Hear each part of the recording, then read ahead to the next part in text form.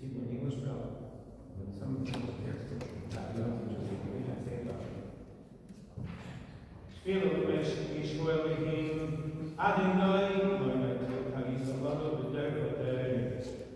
This is what the Terem Harim Yolodom, Atafelu, Eretz V'Sefel, Mil Mazelu, Atafel, Toshiv Emesh, Adako, Vatem Yashur Miadon, Ki Elohim Shalom Beinecha, Ki Meslo, Ki Yahweh, Vashur Valoilo, Zantum Sheniyu, Babek, Chotzi Yachlev, Babek, Yatzis Tokolo, Lervi Melvi Yotesh, Yicholinu Yahweh, Vachamos, Nevomu, Shach Avek Seku Zegdacho, Alumenu Yermanecho, Ki Chol Yomenu Panu Kavrasecho, V'Mishnenu Kimenega, Imagine the same way Shiz Mushono, V'Bekurish Mushono, Rabban Mamu Vavin Tuvetz Ishmanucho, Miyadea Ezapecho, Firas Kavrasecho, Nes Yomenu Kenheta,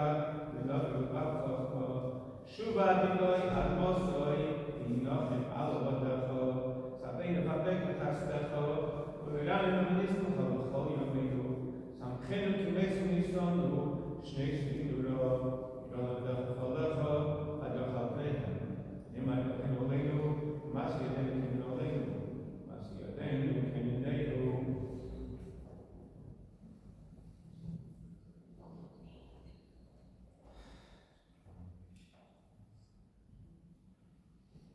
Voice is a very difficult thing in general to part with anyone, with a parent, with a husband, with somebody who's close to us, and was a very special person.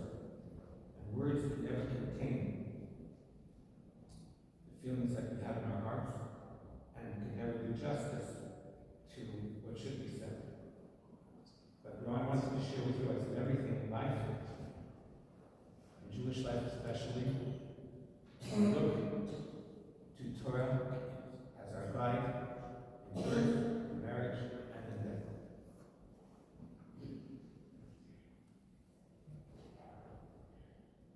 But first, David was a very special person, a very, how should I say, an emissative person, a truthful person, a caring person, a person who cared especially for Yiddishkeit, the Jewish life, in amazing ways, and he cared for his children, of course his wife, and for everything that a loyal Jewish person would care about. It was a beautiful example of that.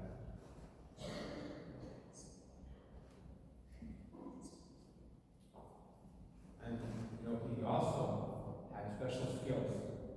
He had a good voice. He could lead the davening. Not he could, but he did so. And I remember him for many, many years. So when he came, this was 50-something years ago. But make sure his children went to our day camp in Israel. But besides that, we're involved in other activities. He was a very committed shul person. And in fact, we had in the old North End, we had the several different synagogues, and people were kind of stuck in that. He was one of those who had a vision. A few others just wanted to be able to go to what was then the poor neighborhoods, and he was a key person in getting the Kavros Field established. A very special thing that he wanted to look to the future. And he also, on top of that, in his personal life, I could say he was a committed Jew, and careful about the mitzvahs, even in recent times where he was blessed with long years, thank God. But he and his wife, they kept very careful. And they had their own suite not far from our house here in the South End. And he was careful with, they had their kashrus from the kitchen. They had Hebrew shofar, they had some shofar, they had some little pedestrian, and was careful about all the details of Jewish life, and not in a very quiet way, but a committed way, and a beautiful way. And in addition to that, David was a person who cared for others, and really people cared, and not in a, but in this quiet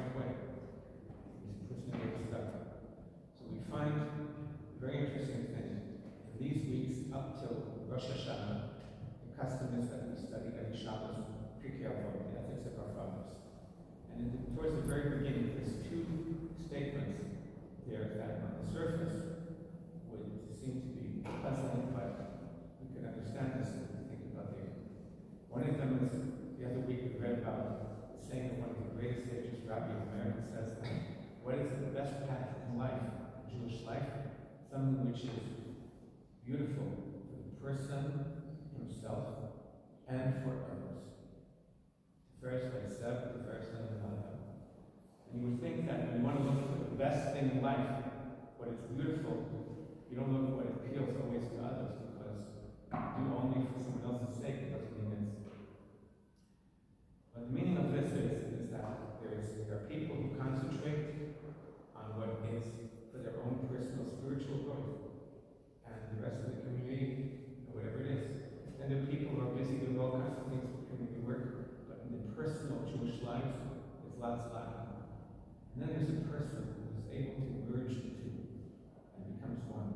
A person who grows personally in Jewish life, mental impact and everything, and at the same time shows real passion and concern for the community, for the people around, and that's the beautiful blend that Torah is about. That's what he lived. He lived that kind of life.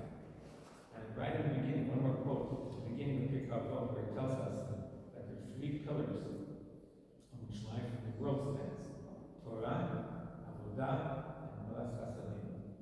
Torah is the learning, but also the mitzvahs that are associated with it and keeping them. Avodah is the service of Hashem, which today, nowadays, is Tefillah, Daven, which he davened beautifully, had a good voice, and left that to some of his descendants, his children, grandchildren. And then the third thing is the Milas Chasadim, showing the kindness in real, concrete ways. But, you know, whenever we speak about a person, and especially someone who's very precious, the best words would come from somebody who speaks from their heart fully, his own child, grandchildren. So as the famous saying that words that come from the heart, can similarly penetrate the hearts of others. So that's the hobby. God share with us what he wants this person.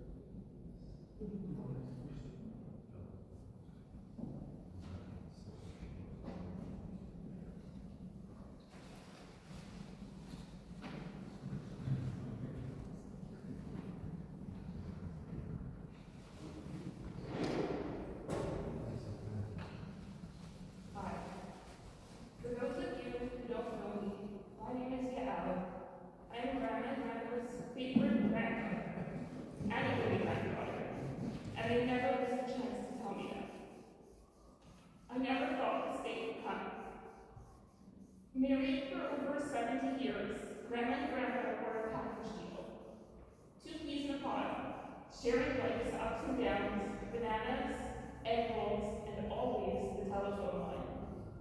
Their love for one another was obvious, captured and shared in countless birthday and anniversary rounds. Their partnership always on full display. It just felt like a fairy tale could never end. When it came to the career, despite his business success, Grandpa valued what was truly important in life and expressed gratitude for his family and business acquaintances alike. Growing up in a different city, I always looked forward to my visits to see Grandma and Grandpa and to their visits to see me. Coming to Winnipeg, we had a sort of routine. Spend time at Grandma and Grandpa's house, playing card games and the hand game. Grandpa always won. Styling Grandpa's hair, reading the Book of David, or just talking, and always eating well, as Grandma made the best meals and even better desserts. Evening snack often included sunflower seeds in front of the TV in the basement while watching the news, or marveling at Grandpa's affinity and prowess for Jeopardy. Grandpa also liked to take us out, and our highlights included visiting O'Hannon Marsh to watch the groundhogs, watching Grandpa sing old songs for the residents at the sharing home, which he did for decades, and my personal favorite outing, going to the mattress factory. I remember walking around the factory and Grandpa introducing me to every single person the same way. This is my granddaughter, yeah. She's from Toronto. She gets her height from me. Grandma and Grandpa's quiet leadership and commitment to the Chabura was inspiring.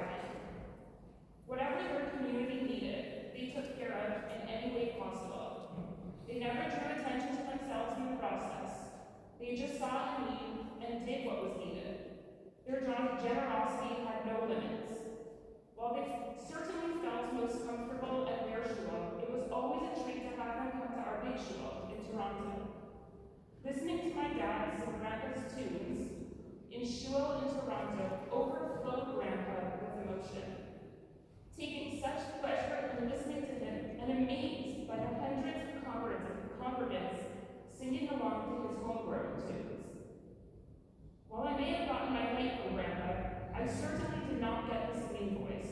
But fortunately, my dad and brothers, Danny and Noah, did, and they continued to carry on Grandpa's legacy by leading diving services regularly, and I know that this was very meaningful to him.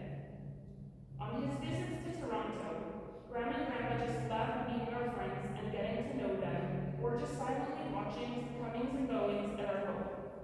My friends don't actually know their names. It's Grandma and Grandpa to everyone, and everyone has such fond memories of them and their visits.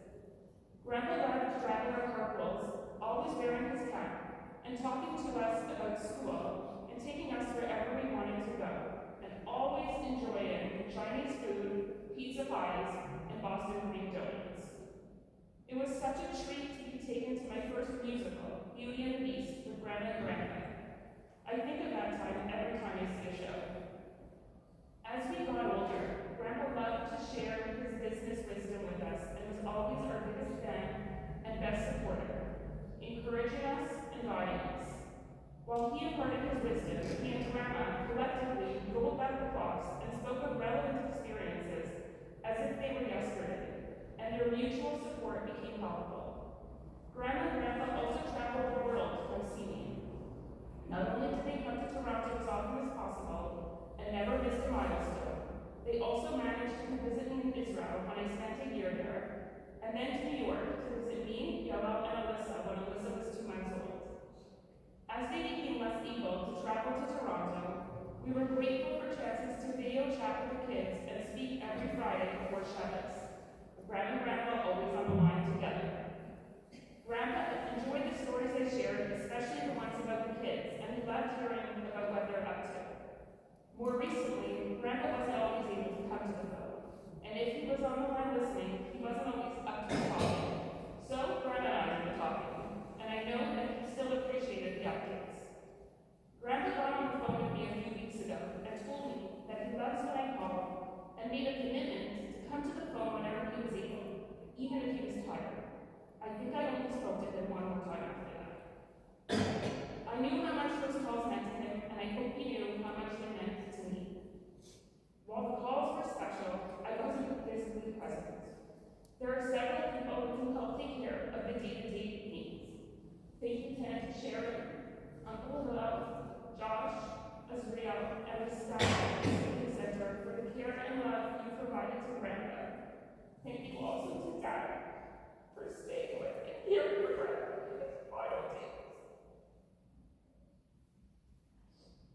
Grandpa, I'll miss you. We promise to take care of Grandpa. Please watch over us. We love you.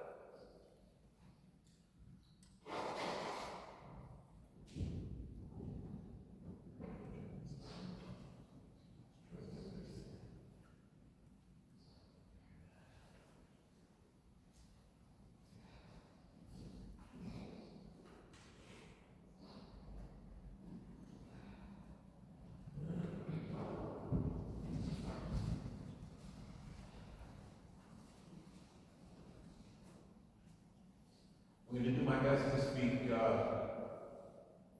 loudly and slowly. There's an echo, I think, so if I go slow, I hope you'll hear what I have to say. Well, first a disclaimer. I am a mushball at the best of times. Hashem Natan, Hashem Lakach. Thank you everyone for coming today. And for those of you who were supposed to be streaming, and hopefully we'll see this later on, thank you for taking the time. I'm Avi Diamond, and I want to share a few words with you to contribute to my father, David Diamond, on behalf of my family. He lived a long and meaningful life until the age of 97. My father was born in 1929 in in Huntington, Pennsylvania. He was the youngest of 5 siblings. He was predeceased by his siblings Bill, Anna, Eddie, and Miriam, and their spouses, Ruth, Martin, Bella, and Marvin. As the youngest in the family by 7 years, he was always the favorite. He talked about his warm childhood growing up. They had a pet duck in the backyard named Goo-Goo, and his father owned a bar where he became somewhat of a pool shark. He grew up in Altoona, Pennsylvania, and graduated high school there. He never had the opportunity for a formal Jewish education, but he was drawn to Judaism. Coming up to his bar mitzvah age, he developed a relationship with a man named Yonah Beryl Henderson, who was the town sexton, who taught him davening, nusach, melodies, and influenced him. He kind of took him under his wing, as there were not too many other boys that age who were interested in that kind of thing. He graduated from Penn State University in 1951 with a degree in math and science. He was a true Penn State fan and made sure to closely follow the Nittany Lions, who always ranked near or at #1 in the nation, under the guidance of one of his heroes, Joe Paterno. Let's not go there. He made sure we knew the anthem, and he was proud of his alma mater. He briefly taught high school chemistry, but then entered the U.S. Army. He served in the Korean War in the Ordnance Department from July of 1951 to July of 1953. He was in charge of every aspect of inventory and storage and organization of the forward depot. This required broad technical knowledge of ammunition and diligent application of that knowledge, and he excelled. Within a year and a half, he earned the rank of sergeant, which was quite an accelerated, uncommon occurrence. He received many medals and a commendation ribbon for meritorious service. After the Army, he briefly lived with his brother Eddie and wife Bella before moving to Chicago to stay with his cousins, the Steins, Irving and Charlotte Stein. They had a major influence on him, and that is where he was exposed to a religious, observant lifestyle. That is where he met her mother Miriam, and they were married in 1955. They were married for over 70 years.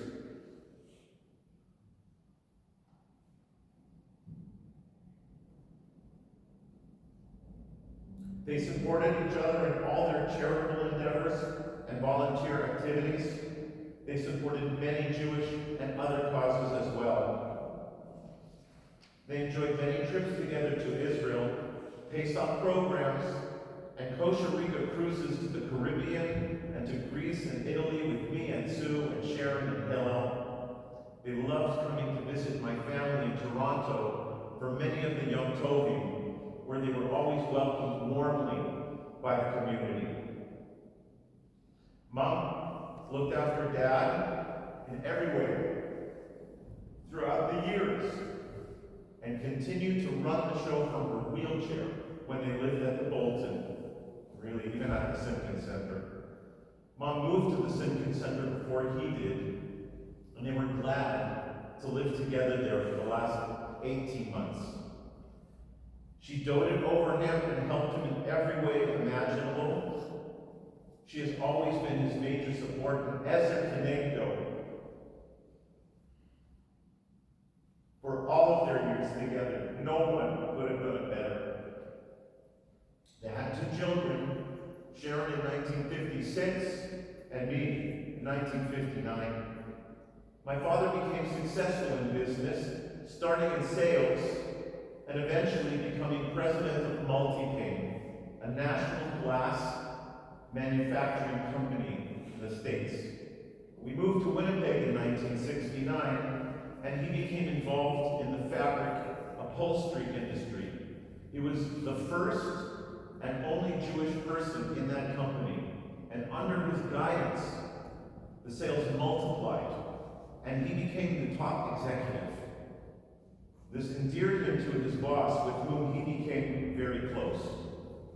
Not so much the boss's brother. He was an astute businessman, and over the years, many people came to him for advice. Many other companies tried to woo him away.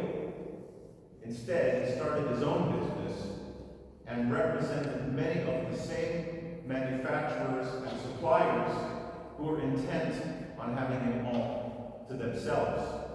Over the years, he started various other businesses which were successful.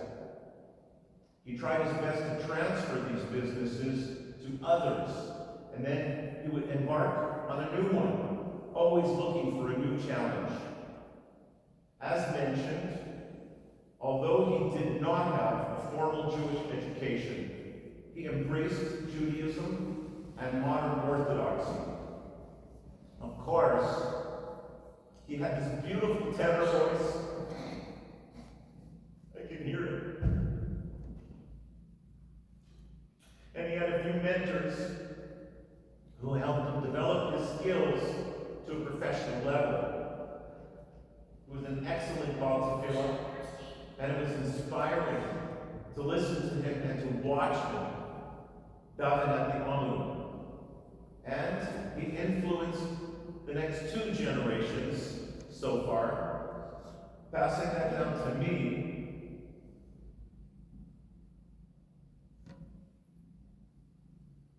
And to my sons Danny and Noah. When I moved to Thornhill in 1990, I began to lead the high holiday services at my shul, BAYT, Beth Avraham Yosef of Toronto. And now there is a whole new generation or 2 that grew up with his tunes. One year he actually came on Rosh Hashanah, and he heard me daven Kol Nidre there in a room with probably 500 people, and they all knew his tunes. It was a bit overwhelming for him. He didn't really sit down to teach, but 4 to 6 weeks before the high holidays, a machzor would appear on the dining room table. And melodies would start to float around the house. Or in the car with Dad, he would practice various passages as we drove. After my bar mitzvah, he was proud of my ability to daven for the Olu and lead services. We formed a father-son team for the Yamim Noraim at the Chaburat Tefillah for many years until I moved away, and some of you here, I think, are going to remember those years. It was more of an osmotic process on me, never forced, and that flowed down through the genes to Danny and Noah. Never taught formally, just exposed constantly in the home and at shul.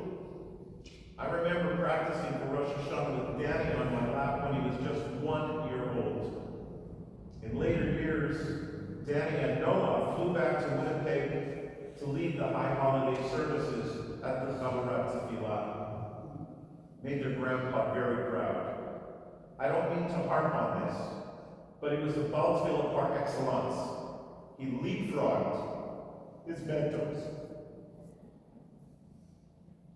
It was important to him to daven with the proper nusach and the proper kavanah, and he worked hard at that. He was also involved in the startup of several synagogues, including the Chaburat Tefillah here in Winnipeg, which somehow remains active today after 50 plus years. He worked hard, and he was a good provider. He had a serious work ethic, and he instilled this in us. He always told us that if something is worth doing, it's worth doing right. Famously, in a poem he wrote for me when I was quite young, it ended with the phrase that stuck with me my entire life. My father said one day I'd learn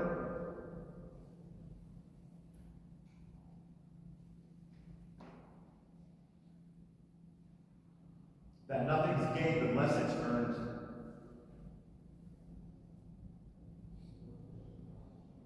He believed we could do anything, and so we believed too. He was proud of us. He saved all the dancing Snoopies that I received indicating passing grades in med school. And he was proud of my sister's accomplishments as a lawyer. Pardon me. He loved to go fishing. For many years we shared trips to northern Manitoba with cousin Nachi Stein from Chicago, where we immersed ourselves for a week or two in serious lake trout fishing. He was a mean poker player, but would never divulge how much he won or lost. Seems that he passed his love of poker down to his grandson Josh, who also won't tell us how much he won or lost. He had a sharp mind, and he worked crossword puzzles in ink and solved cryptoquotes in his head. He loved herring and even made his own. He really enjoyed visiting Toronto, and on Shabbos, I would take him to the Kiddush Club, where we made sure he got the best and freshest schmaltz herring. Thanks, Moish. Back in the day, you couldn't get kishka in Winnipeg. I remember him getting casing from the butcher. I'm talking about genuine sheep's intestine.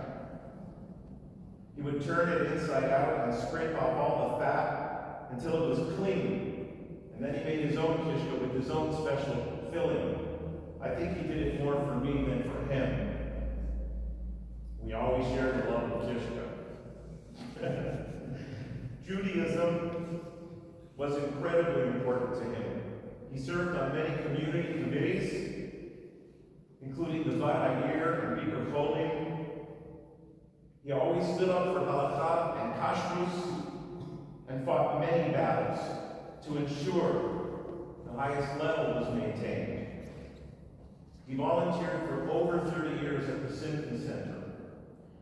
Every week, talking about Jewish themes, the Parsha, Jewish holidays, and singing songs to entertain the residents and staff alike. He sang a mean Yiddish among. He started writing incredible Brahmin, a traditional form of poetry sung at special happy family occasions, and this became a family tradition which all of us embraced and maybe even competed in a little bit. Speaking of competition, we used to enjoy playing cribbage matches together. He had this thing. When he won, he would prance around us, singing this little ditty that he made up, and he would repeatedly point a finger at himself until we said, "You are the champ." And then he would repeatedly point the finger at us until we admitted, "I am the chump." He didn't like it so much when we beat him and turned the tables, but it was good fun. Dad was very close to his family and cared deeply and dearly for his siblings. Despite living far from them, he made efforts to travel and see each one annually. Although he was the youngest, they all looked up to him.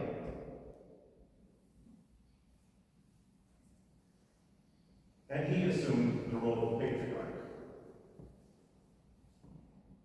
Even after they all passed, he would drive every year to the East Coast with my mother to visit the different cemeteries in small towns where they were buried.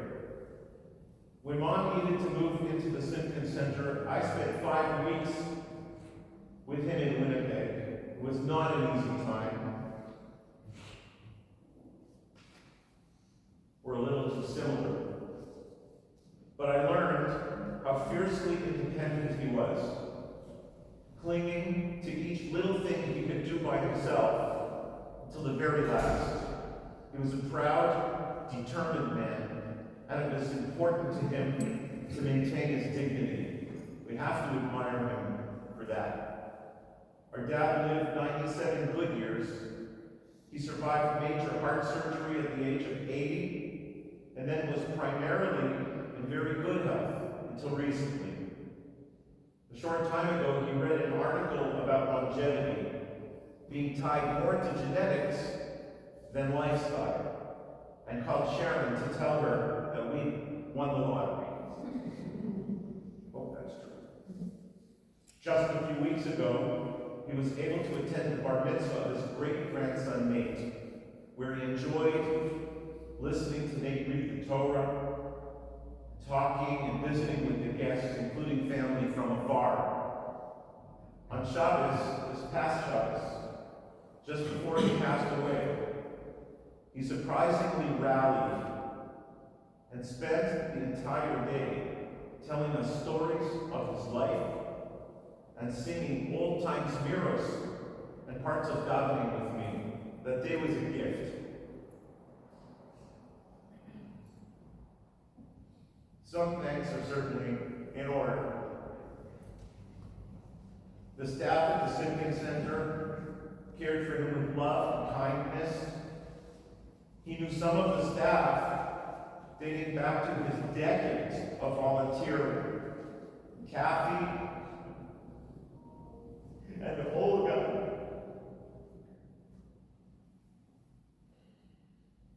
Gave him a hero's welcome when he arrived and had a special place in his heart. We're grateful for Jane, Wenda, Shannon, Courtney, Dorit, and Rabbi Matt, and to Yomi, who helped my parents get to Shabbat services, and to the rest of the nurses and aides who treated him like family. I apologize if I have missed anyone by name.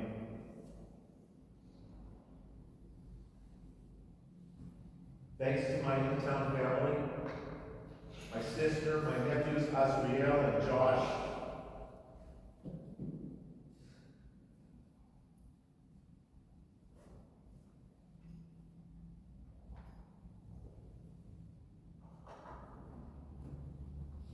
but especially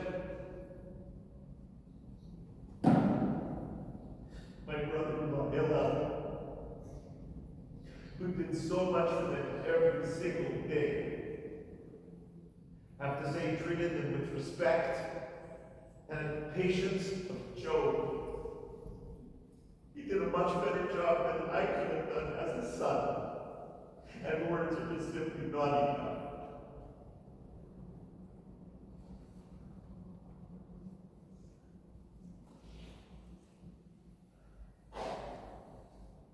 He leaves behind our mother Miriam, his wife of 70 years, my sister Sharon and Hillel, me and my wife Sue, his grandchildren Josh and Samantha, Azriel and Carrie, Danny and Jen, Yael and Yoel, Noah and Tali, and his great-grandchildren, Noah, Nathan, Julian, Kobe, Kira, Gaby, Alyssa, Jonah, Emmy, Ruby, Ella, Ava, and Lila. 5 grandchildren and 13 great-grandchildren. He was extremely proud of each and every one. This is the legacy he leaves behind. We love you, Dad, and we will miss you always.